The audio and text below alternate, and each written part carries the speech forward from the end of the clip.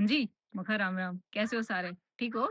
याद तो नहीं आई होगी मेरी? खैर उसके लिए माफ़ी चाहते हैं, लेकिन तुम्हें नहीं पता बड़ी परमिशंस लगी आज मुझे वीडियो शूट करने के लिए ना। मतलब बस तो इस वीडियो में हम बात करेंगे कि आने वाले टियर 1 के लिए जो 2 से 3 महीने आपके पास बचे हैं, उसमें कैसे अपने टाइम को मैनेज करें, किस सब्जेक्ट को कितना टाइम दें। जो बच्चा अर्ली मॉर्निंग का है, लेट नाइट का है, एक होलिस्टिक अप्रोच लेके मैंने आप लोगों के लिए पूरा एक टाइम टेबल सेट किया है कि हर स्टूडेंट को फ़ायदा मिले उस चीज़ का, कि कोई ये ना हो कि चीज़ें रह जाएँ। तो इस वीडियो में हम बात करेंगे एक तो आपके चारों सब्जेक्ट्स की किसको कितना टाइम देना है, दूसरा कि फ़ोकस कैसे रखना है। फ़ोकस की वजह से ही आपकी कंसिस्टेंसी आती है ताकि आप कंसिस्टेंट रह पाओ, है ना? तो 9 से 10 घंटे की स्टडी तो आपको करनी पड़ेगी बेटा, बनना तुम्हें एएसओ इंस्पेक्टर है और तुम काम मज़दूरों वाला भी नहीं करना चाहते, है ना?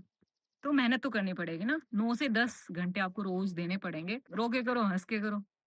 तो क्यों ना एन्जॉय करके करो, क्यों ना वो इनर मोटिवेशन पता है कहाँ से आता है कि साला पोस्ट तो मेरे को चाहिए ना, एएसओ तो मेरे को बनना है, इंस्पेक्टर मुझे बनना है, मिनिस्ट्री मेरे को चाहिए, एमईए मेरे को चाहिए, सीबीआई मेरे को चाहिए, आईबी मेरे को चाहिए। तो मेहनत भी तो तू ही करेगा, कौन करेगा वरना? 9 से 10 घंटे का टाइम टेबल शुरू करने से पहले मैं आपको एक बात बता दूँ। हो सकता है सबकी प्रायोरिटीज़ अलग होंगी, डर किससे लगता है? किसी को मैथ से लगता होगा, किसी को इंग्लिश से लगता होगा। कुछ ऐसे स्टूडेंट भी होंगे जिन्होंने 2-3 साल से तैयारी करते हुए लेकिन मॉक नहीं लगाया क्योंकि उनको मॉक से डर लगता है। आपने सुना होगा ना, ईट दैट फ्रॉग फर्स्ट। जो आपको डराता है सबसे पहले उसी का खात्मा करो। तो वो आपकी प्रायोरिटीज़ है कि आप फर्स्ट प्रायोरिटी आपको किसको देते हो जब भी सो के उठो। जो आपका वीक टॉपिक है, मोस्ट प्रोबेबली इन तीनों में से चीज़ें रहती हैं, तो आप सबसे पहले उसको करोगे। सबसे पहले मैथ्स की बात करें, तो what is your status quo? Syllabus complete हो गया होगा, इतनी उम्मीद तो मैं रख ही सकती हूँ कि 1 साल से आप अपने आप को रगड़ रहे होंगे या फिर रिपीटर होंगे और फ्रेशर बच्चा होगा तो भी उसने सिलेबस अपना कंप्लीट कर लिया होगा। थोड़ा बहुत अगर 1-2% स्टूडेंट होंगे तो कुछ सिलेबस उनका बाकी होगा, लेकिन दोनों चीज़ों को अलग-अलग कैटेगरी में डिवाइड करके बात करते हैं अगर जिसका सिलेबस कंप्लीट हो चुका है। अरिथमेटिक और एडवांस दोनों को आपको साथ लेके चलना है। 1.5 घंटे अरिथमेटिक, 1.5 घंटे एडवांस दोनों प्रैक्टिस करनी है। 3 घंटे मिनिमम मैथ्स को आपको देना पड़ेगा, मॉक के अलावा। और वो आप अपने हिसाब से रख सकते हो, किसी की स्पीड कम होगी, किसी की ज़्यादा होगी, तो अपने हिसाब से अपने क्वेश्चंस की ठीक है मेरे को कितना रखना है। मैं ये नहीं कह रही कि 1.5 घंटा आपको, हाँ, टाइम बाउंड होके, लेकिन टाइम बाउंड से भी ज़्यादा इम्पोर्टेंट क्या होता है, आपके टास्क क्लियर हो। टास्क बाउंड होके कि ठीक है मुझे आज इस चैप्टर के, और कोशिश करना जैसे कोई सब्जेक्ट कोई टॉपिक मैथ्स का हो सकता है छोटा हो जो 2-3 दिन में निपट जाए, कोई टॉपिक ऐसा हो जो 5-6 दिन ले। लेकिन कोशिश करना कि 1 वीक में 1 चैप्टर को आप खत्म कर दो। 20-20 लगाने हैं, 50-50 लगाने हैं, 100-100 लगाने हैं, जितनी आपकी कैपेसिटी है ना, जितनी आपकी पोस्ट की रिक्वायरमेंट है, जो सपना आपका है, जो ड्रीम आपका है, उस पोस्ट की रिक्वायरमेंट के हिसाब से क्वेश्चंस लगाना, फिर मज़े आएँगे। है ना? क्योंकि अगर क्वेश्चंस कम लगा रहे हो तो फिर खुद से सैटिस्फाई रहना कि ठीक है, कम पोस्ट आपको चाहिए तो उसी हिसाब से कर लीजिएगा। और जिसका सिलेबस कंप्लीट नहीं है ना, वो क्या करना, जैसे 1.5 घंटे मैंने प्रैक्टिस बताया, तो वो अपना 1 घंटा अरिथमेटिक, 1 घंटा एडवांस की जो छोटा-मोटा टॉपिक रह रहा होगा कुछ या फिर ज़्यादा भी रह रहा है तो एक वीडियो अपनी कर ली, बचे हुए 1 घंटे में जो कल किया उसका रिवीजन। क्योंकि अगर आप किसी टॉपिक को कवर करने में लगे हो तो उसको इतने अच्छे से करो कि ये ना सोचो कि ले मेरे को प्रैक्टिस के लिए अलग टाइम चाहिए इसमें। प्रैक्टिस और टॉपिक पढ़ना एक साथ हो जाना चाहिए, इतने फोकस के साथ आपको पढ़ना है। तो मैथ्स 3 घंटे आपको देने ही पड़ेंगे, चाहे आपका सिलेबस कवर है, चाहे नहीं कवर है। 3 घंटे आधा-आधा टाइम अपना अरिथमेटिक और एडवांस को डिवोट कीजिए। अगली बात करें इंग्लिश की। 1 घंटा आपको वोकैब को देना पड़ेगा आराम से। चाहे आप उसमें साथ-साथ इडियम फ्रेज़ करो, चाहे साथ-साथ वोकैब करो, वन वर्ड करो। 1 घंटा रोज़ वोकैब को देना पड़ेगा। 1 घंटा ग्रामर को देना पड़ेगा, जिसमें 15-20 मिनट आप अपने टॉपिक को रिवाइज़ करने में दे सकते हो, प्लस प्रैक्टिस करने में। क्योंकि सेंटेंस इंप्रूवमेंट हो गए, फिल इन द ब्लैंक्स हो गए और एरर के क्वेश्चन्स हो गए, जब तक ऐसे कस नहीं लोगे ना कमर, जब तक हाथ से ऐसे सोल्व नहीं हो जाएँगे 300, 400, 500 क्वेश्चन, तब तक इसमें हमेशा डर रहेगा कि मेरे को ग्रामर नहीं आती, मेरे को क्वेश्चन सोल्व करना नहीं आता, मेरे से एरर नहीं बनता, शायद हाई-फाई लेवल के एरर होते हैं, नहीं होते हैं, प्रैक्टिस की कमी होती है। 1 घंटा ग्रामर, 1 घंटा वोकैब और कॉम्प्रिहेंशन की बात हम बाद में करेंगे। जो लास्ट में एक मिर्च मसाला बचा हुआ है ना, उसके साथ करेंगे। इंग्लिश हो गया 2 घंटे, लेके चलते हैं कि 2 घंटे तो आपको चाहिए ही चाहिए। 5 घंटे, नेक्स्ट बात करते हैं जीएस। जीएस को कम से कम 2 घंटे आपको देना है। कैसे देना है? जैसे मान लो आपकी इकोनॉमिक्स शुरू है। काफ़ी मतलब हर टॉपिक ऐसा ही होता है, जीएस का हर सब्जेक्ट ऐसा ही होता है, सब्जेक्ट की मतलब जो आपके कोर सब्जेक्ट्स हैं। तो उनको इतने अच्छे तरीके से पढ़ना है, अगर आप वीडियो कर रहे हो 1 घंटे में आपकी वीडियो भी हो जाएगी अगर किसी भी टॉपिक की जैसे आपने वीडियो स्टार्ट की है।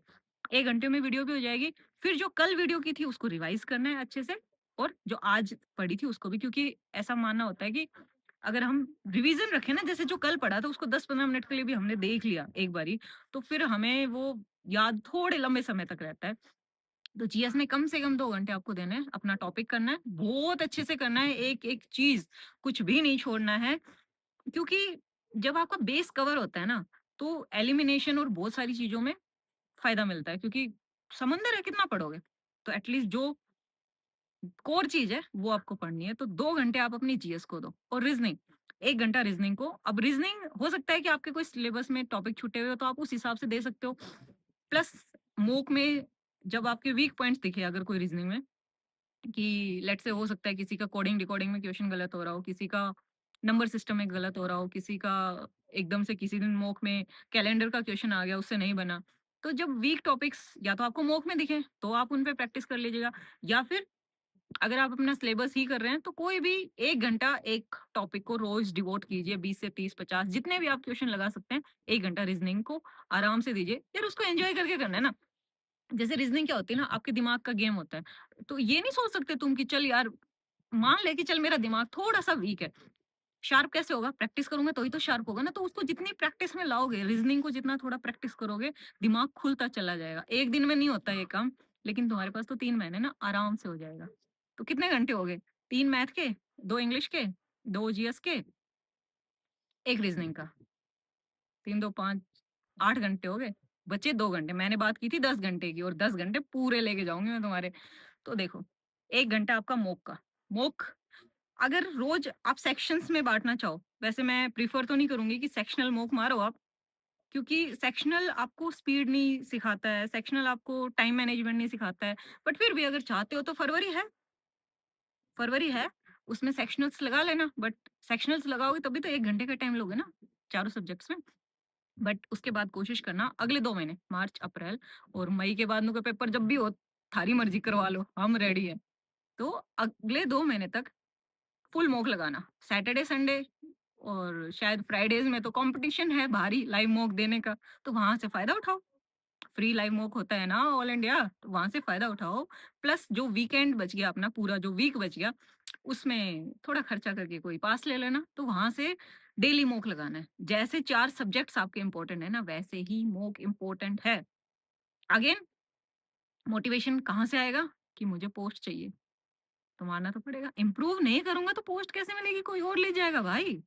1 घंटा गया मूक लगाने में आपका, चाहे सेक्शनल से लगाओ, नहीं लगाने हैं फरवरी के अलावा सेक्शनल्स, अपने मूक फुल मूक ही लगाना है क्योंकि वही आपको चीज़ें सिखाएगा कि टाइम मैनेज कैसे करना है, स्पीड कैसे लेके आनी है। मुझे टॉपिक तो आता था लेकिन मुझे छोड़ना पड़ा क्योंकि मुझे दिख रहा था कि मेरा टाइम कंप्लीट नहीं होगा। अब बच गया 1 घंटा, हिसाब तो मैं पूरा करके जाऊँगी। तो 1 घंटा मैंने छोड़ा था ना उसमें इंग्लिश में कॉम्प्रिहेंशन सेक्शन, तो ये मेरी तरफ से है। मेंस का फुल मूक होता है ना 45 मिनट का, वो लगाओ। 3 पैसेज, 1 क्लोज़ टेस्ट, जंबल्स भी हो जाएँगे उसमें और जिस दिन और वो अल्टरनेट डेज़ पे लगाना है, डेली नहीं, क्योंकि डेली थोड़ा हेक्टिक हो जाएगा, मन भी नहीं करेगा कि अभी से मैं क्यों लेकिन again motivation from the post क्या चाहिए आपको? तो अल्टरनेट डेज़ पे लगाना, इंग्लिश का मेंस का मॉक और ये जो कॉम्प्रिहेंशन वाला सेक्शन है ना, मन में वो मलाल नहीं बचेगा कि मैं तो एडिटोरियल ही करे जा रहा हूँ, पता नहीं पेपर में होएगा नहीं होएगा। और स्किमिंग स्किमिंग यूज़ करना सबसे ज़्यादा हेल्प होगी आपको अगर आपको शब्दों का मतलब ही नहीं पता ना, एक सेंटेंस पढ़ते-पढ़ते आपको ये लग गया कि इसने इस चीज़ का भाव व्यक्त किया था, क्वेश्चन बन जाएगा, आराम से बन जाएगा। स्किमिंग आपकी स्ट्रॉन्ग हो गई ना क्योंकि वोकैब स्ट्रॉन्ग है तो अंडरस्टैंडिंग वो सब अपने आप हो जाएगा। 45 मिनट का पहले तो 1 दिन की बात कर लेते हैं, 45 मिनट का मूक लगा लिया, बची 15 मिनट तो उसको एनालाइज़ नहीं करोगे? करोगे ना? तो बस उसको एनालाइज़ करने में चला जाएगा। अल्टरनेट डेज़ पे हो सकता है किसी दिन आप एडिटोरियल कर लो कि चल यार एडिटोरियल कर लेता हूँ काफ़ी दिन क्योंकि बदल के करना बड़ी ज़रूरी है क्योंकि दिमाग थके ना, इसको भी तो एंटरटेन करना है ना, इसको कौन चुटकुले सुनाएगा? चुटकुले सुना के तो तुम्हारी कॉम्प्रिहेंशन ठीक नहीं हो सकती, करनी तो प्रैक्टिस ही पड़ेगी, तो किसी दिन एडिटोरियल कर लिया, किसी दिन हो सकता है तुम जंबल में थोड़ा वो कर रहे हो तो किसी टीचर की वीडियो देख के थोड़ा इम्प्रूव करने की 10-12 क्वेश्चन 20-25 का सेट मार लिया। तो तुम्हारे पास टाइम रहेगा कि ठीक है इस चीज़ को हम इस तरीके से इम्प्रूव कर सकते हैं। तो ये तो था 10 घंटे का टाइम टेबल, जो बेटा जी मानो चाहे मत मानो, अगर सीजीएल में नौकरी चाहिए ना तो करना तो पड़ेगा, कोई अल्टरनेटिव है ही नहीं। और दूसरी बात मैंने कही थी कि 10 घंटे के टाइम टेबल के बाद हम बात करेंगे कि फोकस और कंसिस्टेंसी कैसे इम्प्रूव कर सकते हो। तो उसके लिए एक बात बताओ, चलो 10 घंटे की हमने बात कर ली कि 10 घंटे आप पढ़ोगे, टॉपर्स भी ये, और ये 10 घंटे कंसिस्टेंसी ही है। अगर आप अगले 3 महीने टियर 1 के 3 महीने मेंस तक अगर 10 घंटे रेगुलरली पढ़ रहे हो ना, किसी को छोड़ोगे ही नहीं। और किसी को छोड़ो ना छोड़ो, तुम अपने आप में ये सोचोगे कि हाँ यार, कुछ तो बात है, कुछ तो डिसिप्लिन आया। और ये आएगा कहाँ से? 10 घंटे तुमने कर लिया, उसके बाद कितने घंटे सोते हो? ज़्यादा से ज़्यादा 8 घंटे, 8 घंटे ज़्यादा सोते हो तो नालायक हो फिर तुम। 8 8 घंटे हो गए, उसके बाद तुम्हारा थोड़ा-मोड़ा जो भी टाइम बच गया 6 घंटे में तुम किसी से कितनी बात कर लोगे? किसी को कितना टाइम डिवोट कर दोगे? फैमिली के साथ बैठ जाओगे, खाना-पीना, नहाना-धोना, सोना सब हो गया। थोड़ी-सी एक्सरसाइज़ और थोड़ा-सा अपना डाइट। एक्सरसाइज़ कहीं पे भी कर लो यार, जहाँ तुम्हें जगह मिल रही है, हल्की-फुल्की एक्सरसाइज़, बहुत हैवी नहीं, हल्की एक्सरसाइज़ या रनिंग या वॉकिंग। ये तुम्हारे जो नर्व्स है ना, और मुझे नहीं पता कोई चीज़ इफ़ेक्ट करने वाली, नहीं करने वाली, ये आपके नर्वस सिस्टम को एक्टिवेट करके रखता है, एक हेल्दी एनवायरनमेंट के साथ, एक हेल्दी माइंडसेट के साथ। तो फोकस और कंसिस्टेंसी, कंसिस्टेंसी तो यही है कि आप ज़्यादा तो नहीं किया, ये नहीं सोच रहे कि हाँ, मेरे को 12-14 घंटे पढ़ना है, नहीं, नहीं पढ़ना है। इतना कर लो, इसके अलावा पढ़ना ही नहीं है। लेकिन इतने में भी ना 8 घंटे हो सकते हैं, लेकिन कभी ये नहीं कि 5 घंटे। हाँ, ब्रेक्स ज़रूरी हैं। और ये भी जो मैंने पढ़ाई बताई है ना, ऐसे नहीं कि लगातार बैठ के करनी है आपको। टाइमर सेट किया, पोमोडोरो सेट किया, फलाना-ढिमकाना, तुम्हें जो सेट करना है, बैठ, टारगेट था, कंप्लीट करके, उठ के, घूम के आए। फ़ोन देखना नहीं है, फ़ोन तो बिल्कुल भी नहीं देखना, ना किसी और को देखना, ना किसी और को देखना। फ़ोन और कुछ भी नहीं देखना, बस टहल के आ गए। पानी पी के आ गए, घूम के आ गए, कुछ भी करके आ गए, लेकिन बस एक बारी वॉक करके आ गए 5-10 मिनट के लिए और फिर बैठना है। तो ये होते हैं ब्रेक्स। ब्रेक्स में ये नहीं तुम बैठ के खाना खाते टाइम तारक मेहता का उल्टा चश्मा देख रहे हो, कॉमेडी देख रहे हो या कुछ भी देख रहे हो, नहीं। उसके लिए अलग से समय निकाला जाएगा। जो 10 घंटे आप पढ़ाई कर लो ना, कुछ भी देख भाई, तू सीरीज़ देख डाल, मुझे कोई दिक्कत नहीं है। कोई फेवरेट सीरीज़, मूवी जो भी है देख। Breaks are necessary in this preparation phase because it's a long journey bro. Breaks तो लेने पड़ेंगे, लेकिन ब्रेक्स कब लें? मतलब लंबे वाले ब्रेक, ये पढ़ाई के बीच में अंतराल में मैं छोटे-छोटे ब्रेक बता रही हूँ, 5, 7, 10 मिनट का मैक्सिमम। लेकिन लंबा 10 घंटे की, 9 घंटे की, 8 घंटे की भी पढ़ाई करके उसके बाद कितना टाइम है? देख जो करना है वो कर।